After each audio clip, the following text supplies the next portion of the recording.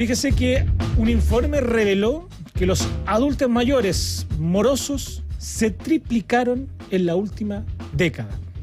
¿En qué consiste esto? ¿Cómo entregamos recomendaciones también para poder controlar esta morosidad? Hablamos con Ignacio Bunster, director de Asuntos Corporativos de Equifax. ¿Qué tal, Ignacio? ¿Cómo te va? Bienvenido. Hola, muchas gracias. A ver, ¿cómo es esto de este informe que revela que prácticamente se triplicaron, la última década los adultos mayores morosos? Bueno, nosotros en Equifax venimos desarrollando desde hace 10 años un informe de morosidad con la Universidad de San Sebastián. Este año cumplimos 10 años y una de las cosas que hicimos fue un recuento de cómo había cambiado la sociedad chilena en este tiempo. Y una de las cosas más lamentablemente llamativas es el hecho de que entre 2013 y 2023 los morosos se triplicaron, como tú bien dijiste. Hoy día tenemos del orden de 720.000 personas mayores de 60 años en situación de morosidad, vale decir, con deudas no pagadas y publicadas en algún boletín comercial. Además, si te vas al segmento de los mayores de 70 años, ese número se agrava aún más, llegando a un crecimiento algo así como del 3,3 veces, pasando de poco más de 75.000 personas a 250.000. Así que es una situación bastante compleja, sobre todo si uno lo compara con cualquier otro segmento etario en que la situación se dio diametralmente en la dirección contraria. Es decir, que en estos 10 años la participación de los otros segmentos etarios en la morosidad disminuyó. Ahora, ¿qué implicancias tiene esto? Porque una cosa es la recopilación de cifras que indica algo relevante, ¿no? Que efectivamente hay morosidad, pero ¿cuáles son las consecuencias que ustedes también han podido registrar esto, ¿no? El otro día hablábamos en otro programa de esta misma radio, ¿no? Con otro experto que hablaba también del comportamiento del chileno ante las deudas. ¿Cómo han visto ustedes ese manejo, ¿no? Del chileno y puntualmente la tercera edad que, como hemos visto, se han aumentado las cifras? En general, yo tiendo a pensar que el chileno, va a sonar un poco obvio, pero en la medida que tiene plata, paga.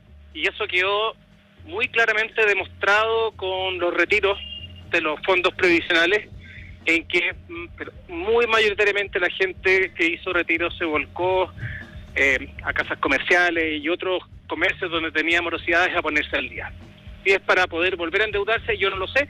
El dato duro es que se pusieron al día muchos de ellos. Y de hecho también aumentaron como nunca antes en la historia los ahorros de los chilenos después de los retiros. Es decir, no es que la gente haya sacado esa plata para gastársela en bienes suntuarios. En el caso de la tercera edad es el tema más complicado porque en general tienen una peor empleabilidad y tienen ingresos mucho menores. Tenemos por un lado pensiones relativamente bajas y que por lo tanto no les son suficientes y tienen, complementando eso, un acceso mucho más complejo al mercado laboral. Si se le suma además el incremento en el valor, el costo de la vida de los últimos 2 años que supera el 20% acumulado, no hay cómo. Entonces, fueran o no fueran buenos pagadores, cómo salir de esas deudas y por lo tanto esto se debiera tender a agravar cada vez más. Oye, Ignacio, hemos sabido que durante los últimos 2 años, el tema de la inflación también ha pegado fuerte, ¿no? ¿Cuánto también ha incidido en la deuda que tienen o que se ha aumentado principalmente en los adultos mayores? Estamos hablando de aumento en el costo de la vida, medicamentos también, la alimentación, que han subido los precios prácticamente de la mayoría de los productos. ¿Cuánto también eso ha significado, ha sido un significante o ha tenido importancia en los datos que ustedes han podido recabar?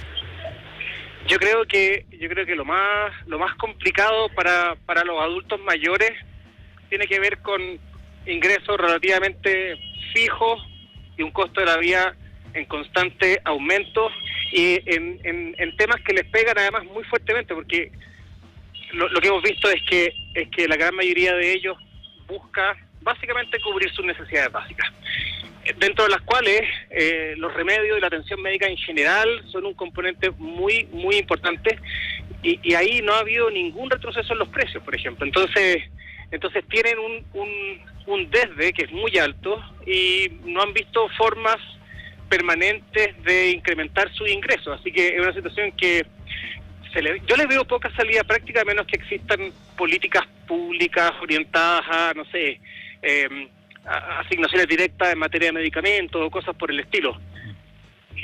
Sí, bueno, y es precisamente una de las preocupaciones que tiene el mismo gobierno, ¿no? De poder ayudar y entregar también ese tipo de ayudas para poder solventar esos escenarios, ítems puntuales, ¿no? Para que son los que más duelen el bolsillo, sobre todo porque son las necesidades básicas y eso. Tú me hablabas de que en sí el chileno es buen pagador y sobre todo también la misma clase media, que es un poco más conservadora y más bien portada, si lo decimos de alguna forma, ¿no? ¿Cómo proyectan ustedes también? Porque, digamos, a los adultos mayores, digamos, tienen esta responsabilidad, pero además, bueno, no sé cómo estará en materia de poder adquisitivo, también en la generación de deuda. Me explico para la pregunta. ¿Cuánto están endeudándose en función de lo que están recibiendo como ingreso? ¿Cómo han evaluado? No sé si ustedes lograron también ver ese punto.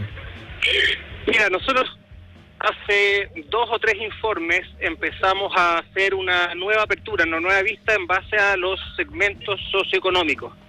Y en general lo que vimos es que el segmento D, el que está en una situación más compleja, porque aparte de tener ingresos muy bajos, estamos hablando de ingresos familiares en torno a los 630.000 pesos, tienen una morosidad alrededor de 3 veces su ingreso. Entonces, básicamente hay que pensar que todo lo que ganan durante más de 3 meses debe ir destinado a pagar las deudas para poder dejar de estar publicados. Claro. Es súper difícil de pensar en un escenario en que eso se haga realidad con un ingreso de 630, 650.000 pesos, que obviamente va a estar destinado a cubrir necesidades básicas.